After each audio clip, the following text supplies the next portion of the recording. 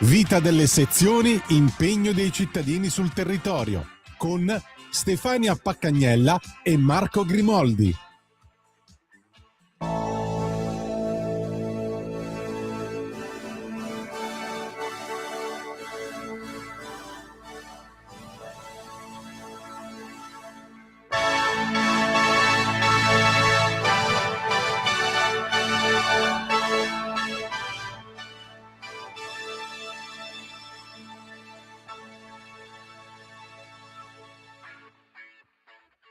E siamo qua, buon pomeriggio a tutti i nostri radio ascoltatori.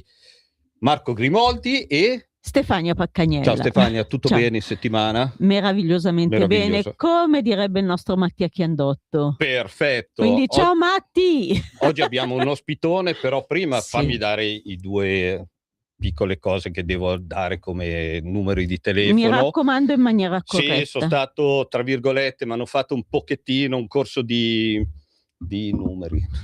Cioè, comunque il numero per poter entrare in diretta con noi è 0292947222 e per quanto riguarda il WhatsApp 340 670 96 e 59.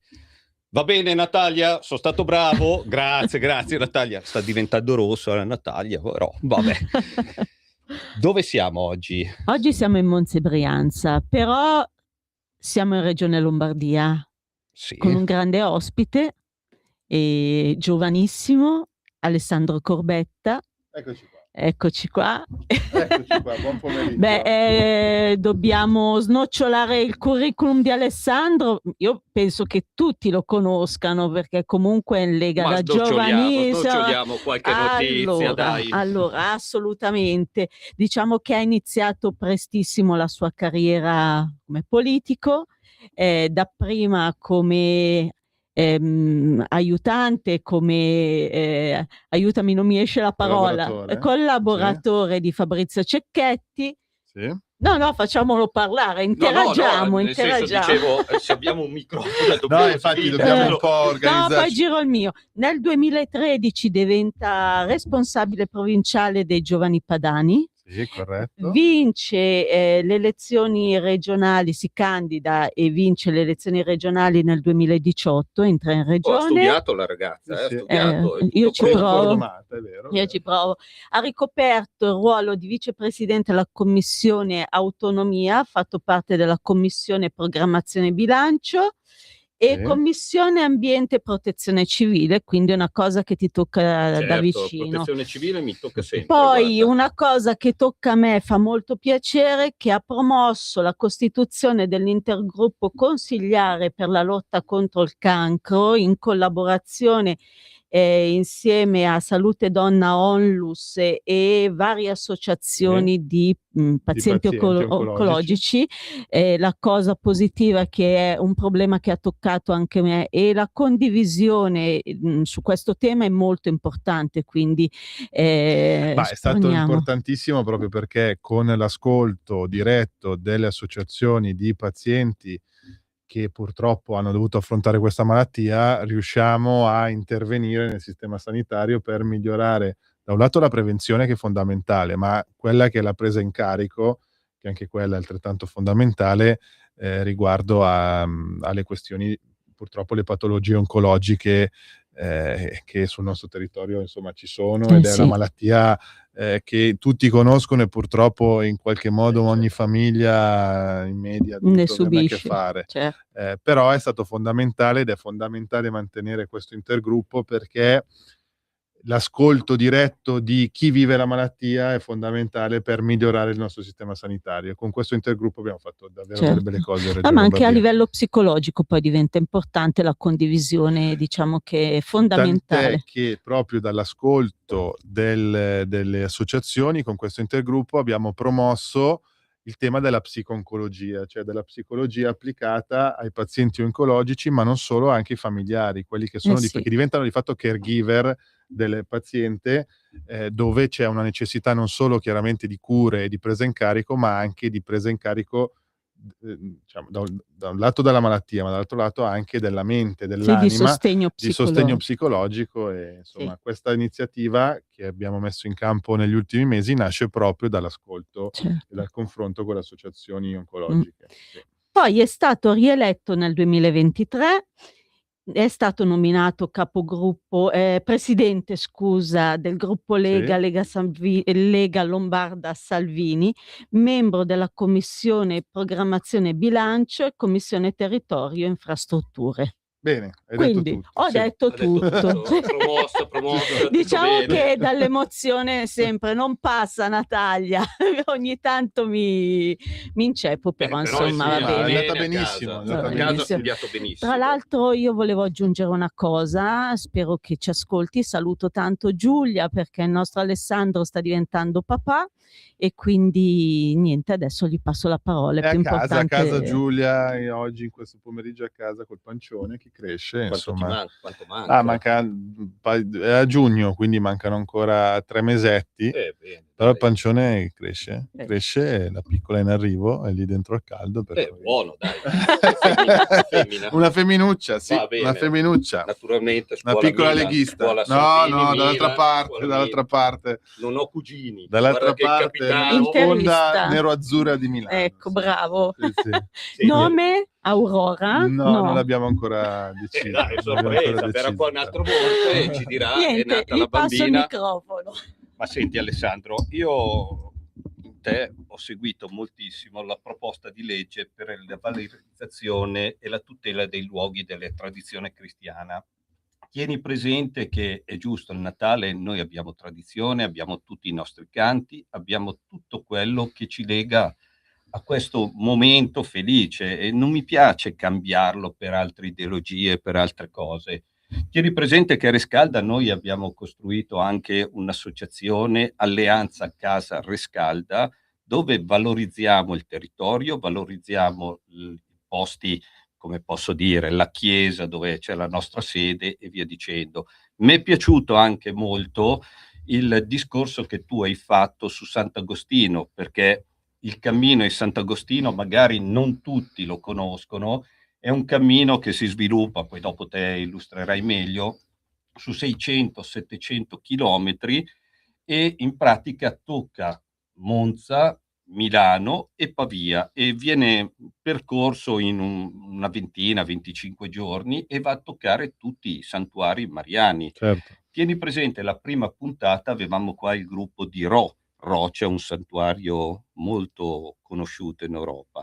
Non voglio più parlare, ti lascio a te, illustraci questo No, tuo... allora, tanto grazie per questo spazio e questa opportunità che mi date. Torno sempre con molto piacere a Radio Libertà, per cui era da un po' che non venivo e mi fa piacere essere qua con voi. Abbiamo appena presentato questa proposta di legge che è molto interessante, insomma io sono il primo firmatario, non voglio cantarmela da solo, no, lodarmi Ma da no, solo, dai. assolutamente, però è interessante perché diciamo che in un mondo in cui spesso i nostri simboli tradizionali, legati poi alla cristianità, vengono messi in discussione, non si capisce bene per cosa, perché qualcuno vuole togliere il crocifisso perché il crocifisso offende qualcuno altro il Natale non lo vuole più chiamare Natale, ma festa d'inverno, festa della luce, perché oddio il Natale fa parte del cristianesimo e oggi ci sono altre religioni e ragazzi di religioni diverse Però nelle siamo a scuole. casa nostra, Certo. è il problema. Qualcun altro oscura il presepio, non si capisce come la rappresentazione di un bambino che nasce possa offendere qualcuno. Diciamoci la verità, poi molto spesso non sono neanche quelli delle altre religioni che ci chiedono di togliere questi simboli, ma sono alcuni pirla del nostro territorio Pirla è un che termine capiscono milanese che si dice che si tranquillamente, dice tranquillamente, ma insomma meritatissimo anche secondo me da parte di chi, chiede queste cose. Insomma, c'è un po' però la cristianità che è sotto attacco, sia per autogol della nostra popolazione, di una parte della nostra popolazione, la sinistra e quant'altro. Insomma. C'è un'islamizzazione che purtroppo avanza, nel nostro continente e, insomma, dobbiamo stare molto attenti perché certi diritti anche acquisiti, che noi diamo per acquisiti, ma per cui i nostri avi e il nostro popolo ha combattuto, ad esempio sull'emancipazione femminile, potrebbero in futuro essere messi in discussione se questa ondata non viene fermata. In tutto questo ci sono dei simboli della nostra civiltà che fanno parte in realtà del paesaggio e della quotidianità dei nostri comuni, delle nostre, comunità locali, e questo progetto di legge che abbiamo presentato come gruppo Lega in Consiglio regionale mira proprio a tutelare, intanto mappare, quindi censire, tutelare e valorizzare proprio questi luoghi popolari della tradizione cristiana. Faccio qualche esempio: le grotte sacre, le edicole votive, quelle edicole, quelle nicchie dove molto spesso è raffigurata la Madonna, che oggi sono proprio dei luoghi di devozione popolare in cui la sciura del quartiere, o di quella frazione, comunque insomma persone, fedeli, di quel territorio ci tengono poi all'edicola Sì, votiva, vanno sì. lì, mettono i Li trovi fiori, coi fiori, la tutto in preghiera. ordine. Sono diciamo, degli aspetti che fanno parte davvero di un patrimonio identitario del nostro territorio, dei nostri Certo. comuni, e dimostrano quali sono le radici del nostro popolo, che sono radici cristiane per quanto riguarda la religione, che non dobbiamo perdere, perché se noi oggi abbiamo costruito tutto quello che abbiamo realizzato, in Lombardia, in Italia, in Europa, che ancora oggi rimane uno dei posti, insomma, più civili, che ha insegnato al mondo cos'è la civiltà, ha insegnato al mondo, insomma, ad andare avanti, il progresso e quant'altro, deriva anche da queste radici, Sì. che non vanno perse in nome di una globalizzazione o di un progressismo che non si capisce dove vuole portarci. Quindi questa legge vuole mappare, luoghi simili, le colonne votive, che sono quelle colonne, Milano è piena, ma un po' tutti i nostri comuni sono pieni, quelle colonne con spesso una croce sopra, che ogni tanto sono lì abbandonate, insomma, che hanno resistito anche a una certa urbanizzazione che hanno Certo. avuto i nostri territori, che però fanno parte di quei luoghi cristiani che vogliamo, tutelare. Le croci di vetta, ecco, questo io ci tengo tantissimo perché, essendo, un appassionato di montagna, il panorama delle nostre Alpi è fatto anche di queste croci bellissime che Sì. troviamo nelle vette e che di notte poi vengono illuminate, e che nel buio, diciamo, del panorama montano si vedono queste croci illuminate. Sono un qualcosa di bellissimo. I Certo. nostri, alpinisti negli anni hanno voluto, insomma, rappresentare le croci sulle vette anche come vicinanza al cielo, no, per cui, hanno un significato importantissimo.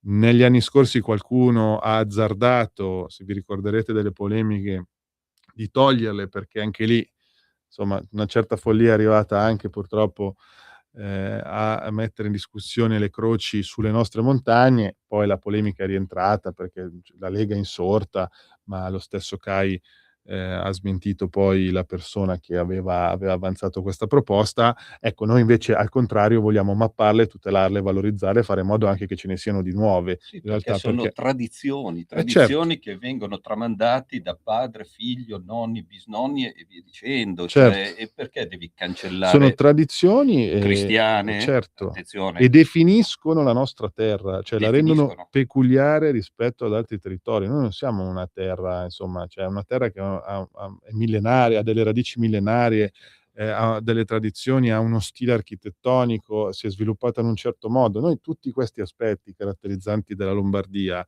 che la rendono diversa anche dalle regioni limitrofe, se vogliamo, no, perché la bellezza, io credo, sta nelle diversità dei popoli. Cioè io Vabbè, quando vado, a visitare un territorio, voglio vedere le peculiarità di quel territorio a livello urbanistico, architettonico, religioso, agroalimentare, cioè, linguistico, cioè tutto quello che, mi fa capire che sono in un posto, sono in un luogo che è abitato da una Sì, determinata la popolazione. diversità che arricchisce comunque la persona che visita. Fossimo tutti uguali, cioè non ci Certo. sarebbe Ma il comunque. bello è proprio esaltare queste diversità e non livellarle verso, insomma, purtroppo quello che c'è stato con la globalizzazione negli ultimi anni porta a un certo livellamento culturale in Occidente, in cui a un appiattimento anche culturale, in cui anche questi aspetti identitari vengono un po' cancellati, vengono messi da parte, qualcuno li vuole superare. Invece è proprio il bello del nostro territorio. Nel progetto di legge noi parliamo anche di quelli che sono i cammini legati appunto alla cristianità, tra cui l'hai appena citato il Cammino di Sant'Agostino, c'è un altro bellissimo, il Cammino Mariano delle Alpi, che insomma che in Valtellina mette insieme tutte quelle chiese dedicate alla Madonna. Ci sono insomma questi cammini e la volontà della legge, da un lato quella di preservare sicuramente quelle che sono le nostre radici, valorizzarle, ma anche creare, perché no, una sorta di circuito turistico, no, per gli appassionati, per chi è più religioso, per chi vuole andare a effettivamente, accogliere qual è l'essenza della popolazione dei territori della Lombardia. Insomma, è una legge, secondo me, ripeto, molto interessante, in totale controtendenza rispetto a quello che purtroppo assistiamo di volontà di cancellare quelli che sono i nostri simboli, le nostre tradizioni. Se posso Sì, vai, aggiungere un'altra Stefania. cosa, introduco un altro tema, che è progetto di legge regionale per la valorizzazione e la promozione della cucina tipica lombarda. Altro tema portato avanti da te come primo firmatario con tutti i tuoi colleghi in Regione Lombardia, se non erro. Assolutamente sì, anche questo si collega un po' col tema di prima, anche se su settori diversi. Questo è perché la Lombardia non si è mai dotata in realtà di una legge che promuovesse la sua cucina tipica. La cucina tipica in realtà è un patrimonio, anche questo incredibile, perché racconta Ogni paese c'ha il suo piatto tipico, bravo. cioè adesso parliamo di Milano, parliamo della Lombardia, dici il risotto con l'ossobuco, Sì. la cotoletta elefante, ma se tu vai nella bergamasca ci sono i casoncelli, nel Casoncelli, gli bresciano ci sono i scarpinoci. casoncelli in un'altra maniera, c'è la mitica C'è cassola, la cassola, i ci sono i bruscitti, bruscite, cioè anche la ci sono i polenta, pizzoccheri che sono un piatto incredibile, ci sono i ravioli anche la del polenta, mantovano piuttosto che quelli del cremasco, c'è la polenta con aragna, la polenta la fatta in una... rustisciada. Sì. No, vabbè, ma abbiamo un patrimonio anche in questo caso incredibile. Noi lombardi però negli anni ci siamo un po' dimenticati di valorizzare quello che è il nostro patrimonio, diciamo, identitario. L'ha fatto la Lega, negli anni, ma, rispetto ad altre popolazioni italiane dove, insomma, mi viene in mente la Toscana, il Piemonte, la Campania, cioè se pensate a quello che loro hanno fatto per promuovere la loro tradizione culinaria, ci sono dei piatti, anche l'Emilia, cioè ci sono dei piatti di quei territori che si conoscono a livello internazionale, tutti, no? cioè... Da tutto il mondo, con la pizza, la lasagna, insomma, le conoscono tutti. La Lombardia ha pensato tanto a fare impresa, quindi si è sviluppata da un punto di vista industriale, ma negli anni ha un po' perso anche quella, cioè io lo dico sempre, a Milano oggi è più facile trovare un sushi che un risotto giallo. sì, cioè, Ecco. Sta cambiando dalle però tue parte qualcosa. c'è la Luganica, C'è la il risotto, Luganica, io ho cioè, fatto anche tutto un percorso per cioè, valorizzarla con i produttori, ma, sta cambiando qualcosa perché un po' il turismo e un po' un maggiore attaccamento a quello che è la tradizione, e come terzo aspetto anche il fatto che certi piatti purtroppo non li trovi più neanche a casa, perché una volta c'erano le nonne, ci si trova la domenica e la cassola, il risotto in diciamo che giacca. manca la materia anche prima, che non è più, perché eh, anche fare una cassola che sembra un piatto, perché sono tutti piatti poveri, certo. sono piatti Com'era poverissimi. rurale, diciamo, povera Sì, la nostra il popolazione, maiale insomma, lo tranne consu risotto con lo zafferano, quello insomma, quello non era perché lo cioè, zafferano non è proprio povero no, come non è anzi. povero, Quindi però quello è un piatto proprio milanese, secondo me, Però se tu vedi anche per la costruzione di questi piatti che sembrano stupidaggini, ma c'è una tradizione dietro, certo, per fare una cassola, guarda, mia nonna ci impiegava sì. quasi una giornata e poi ti diceva lasciala lì che il giorno dopo è Dopo ancora più è buona, vero. cioè, e c'era su una bella crosta di... Però vedi, tutto questo è il nostro patrimonio culturale, certo. no? E col nostro progetto di legge noi intendiamo codificare, cioè non c'è una lista dei piatti ufficiali che sono considerati lombardi, quindi serve codificare quali sono i piatti. Vogliamo erogare un bollino di cucina tipica lombarda a tutti quei ristoranti, quelle trattorie, quegli agriturismi che cucinano e propongono piatti della nostra tradizione. Vogliamo sostenere quelle rassegne enogastronomiche che promuovono la nostra cucina tipica. Istituiamo un mese della cucina tipica lombarda e abbiamo proposto il mese di novembre, che si lega molto alla nostra cucina Sì, più bella tosta. autunnale, invernale. E dopodiché l'altra cosa molto interessante è che vogliamo favorire una rete maggiore e delle alleanze tra la rete dei produttori dei nostri prodotti tipici, DOP, IGP, PAT ed ECO, con il mondo della ristorazione. Cioè vogliamo spingere i nostri ristoranti, al di là che tutti possono, per l'amor di Dio, cioè chi fa ristorazione va benissimo, anche se non fanno cucina lombarda, no? Nel senso, però noi crediamo che la Lombardia, visto che ha questo patrimonio, visto tra l'altro che anche la cucina italiana è diventata patrimonio dell'UNESCO a dicembre, nella cucina italiana è parte integrante anche la cucina lombarda, abbiamo dei piatti che non temono confronti con nessun'altra regione, sia d'Italia che del resto del mondo. Ecco, valorizziamoci un po' di più, promuoviamoci un po' di più, anche perché abbiamo visto con le Olimpiadi che uno degli aspetti anche che è emerso dai vari atleti è che hanno apprezzato molto la cucina della Valtellina con i pizzoccheri, gli chat, hanno apprezzato molto il risotto alla milanese, così come la cotoletta. Anche il condimento, l'olio, se andiamo ad analizzarlo, c'ha un determinato prezzo, però bresciano, certo. ligure, cioè non vado giù in meridione perché anche lì hanno olio buonissimo, però non è quell'olio che lo trovi a 4 euro sullo scaffale, poi ti metti a guardare e trovi prodotto con Unione Europea, cioè che cosa stiamo mangiando? Vabbè, lì tra l'altro una delle battaglie storiche che abbiamo provato a fare in Europa è rispetto ad alcuni oli, in cui diciamo il marchio era un marchio storico italiano, Sì. però acquistato da multinazionali non neanche più europee, e a quel punto veniva utilizzato il marchio storico italiano, quindi andando anche a ingannare il consumatore perché pensava di comprare un olio italiano, ma nella realtà le olive dentro arrivavano dal Nord Africa, quindi Guarda, con anche metodi il di raccolta anche diversi rispetto ai nostri, per cui vado su una cosa dolce, guarda anche il miele. sì. Guarda il miele, cioè alla fine che cosa mettono dentro? Zucchero, e da dove arriva quel miele?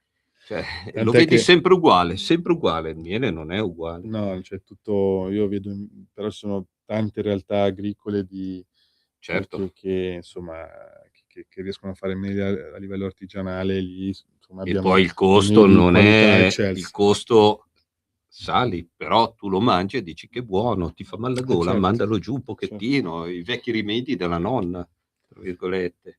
E quindi noi vogliamo valorizzare tutto questo, E an sia ristorazione che i nostri prodotti tipici, e metterli insieme, promuoverli e insomma e dire che anche anche la Lombardia c'è a livello culinario e che non siamo secondi a nessuno. E anche come le Olimpiadi finite da poco, guarda le 2 regioni trainanti che tutti ci criticavano, tutti di qua, cosa hanno saputo Una fare? bella vittoria anche per quanto riguarda l'accoglienza, perché comunque io penso sia stato un successo veramente su tutti gli aspetti, e qua volevo chiedere ad Alessandro di promuovere le Paralimpiadi, Sì, perché comunque è importante. assolutamente. Noi allora, intanto successo, come dicevi, straordinario per le Olimpiadi, abbiamo avuto diverse polemiche in questi anni.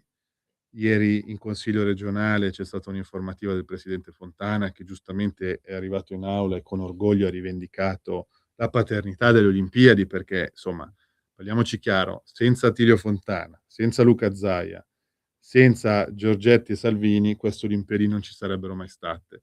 Se vi ricordate era il governo giallo-verde, quindi il primo governo Conte, la Lega era il governo con il Movimento 5 Stelle. Inizialmente le Olimpiadi, si parlava di Olimpiadi che tenessero dentro anche la città di Torino. Torino poi, sindaco del Movimento 5 Stelle, che era Appendino, si è sfilata dalle Olimpiadi, si sfila anche la parte governativa del Movimento 5 Stelle, Lombardia e Veneto decidono di andare avanti da sole, con anche, diciamo, garantendo, quindi firmando anche fideiussioni, mettendo le fideiussioni e quant'altro, garantendo le Olimpiadi. Cosa mai successa nella storia, che 2 regioni, si mettono a garantire per eventuali debiti delle Olimpiadi. Ci abbiamo creduto, abbiamo gettato il cuore oltre l'ostacolo, abbiamo anche insomma, abbiamo affrontato quelle polemiche riguardanti le infrastrutture. Vi ricordate la pista di bob? La pista di bob Sì, sembrava che non che dovesse non essere dovesse essere fatta, finita e dovevamo andare in poi Svizzera, eccetera. Matteo Salvini ci ha creduto e abbiamo portato a casa la pista di bob. E poi ci sono gli atleti del bob che hanno detto com'è bella, che è una pista veniamo qua ad allenarci anche durante... Bravo, è una pista incredibile.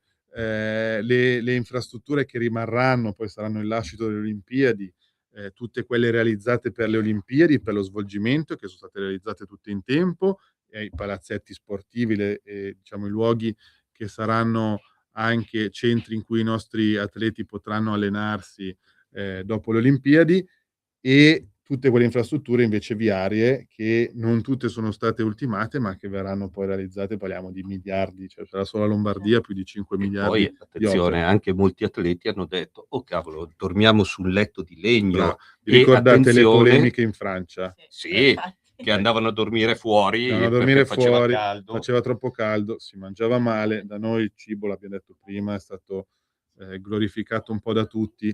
È andato tutto bene, è anche nevicato, ha nevicato alla grande, è andato tutto bene. Hanno visto poi vedere in tutto il mondo le nostre montagne e Milano. Per me è stato un orgoglio incredibile che porterà tanta gente. E poi attenzione che molte strutture verranno utilizzate, non tende fuori che hanno fatto, ti ricordi, le manifestazioni fuori da Leonardo da Vinci? Sì. Ci sarà anche uno studentato che verrà certo, verranno utilizzate. E poi adesso giustamente si diceva che partiranno, non sono finite le Olimpiadi, nel senso, cioè il periodo olimpico non è finito, partiranno il 6 di marzo, quindi dopodomani, le Paralimpiadi. Anche qua atleti speciali che si cimenteranno nelle discipline in cui si sono preparati, a dimostrazione che Lombardia, Veneto e il nostro paese hanno voluto anche lanciare un messaggio importante a livello internazionale sull'accessibilità nello sport, cioè sul colmare quelle barriere anche a livello sportivo e permettere a tanti ragazzi di autodeterminarsi, purtroppo che hanno avuto delle disabilità e delle problematiche nella vita, ma di autodeterminarsi tramite lo sport, e ne vedremo delle belle, perché insomma, anzi, a livello diciamo come dire simbolico, sono forse le Olimpiadi ancora più importanti, certo. Perché chiaramente lanciamo un messaggio bellissimo, e quindi facciamo un in bocca al lupo a tutti gli atleti delle Paralimpiadi, e in particolare alla nazionale italiana di questi atleti. Alessandro, io la speranza di ottenere anche qua il record di medaglie, come abbiamo fatto con le Olimpiadi di Milano Cortina. C'è stato il record storico per la nazionale italiana delle medaglie, è andato tutto alla grande, tutto spettacolare. Alessandro, a me e la Stefania fa piacere che tu sei stato qua, purtroppo dalla regia ci dicono taglia. Taglia, altrimenti vado avanti a parlare per ore. Ma noi ti aspettiamo qua anche altre volte, cioè quando sei libero. Viva l'Inter! Io tifo anche il Monza. Scusa, io non ho cugini.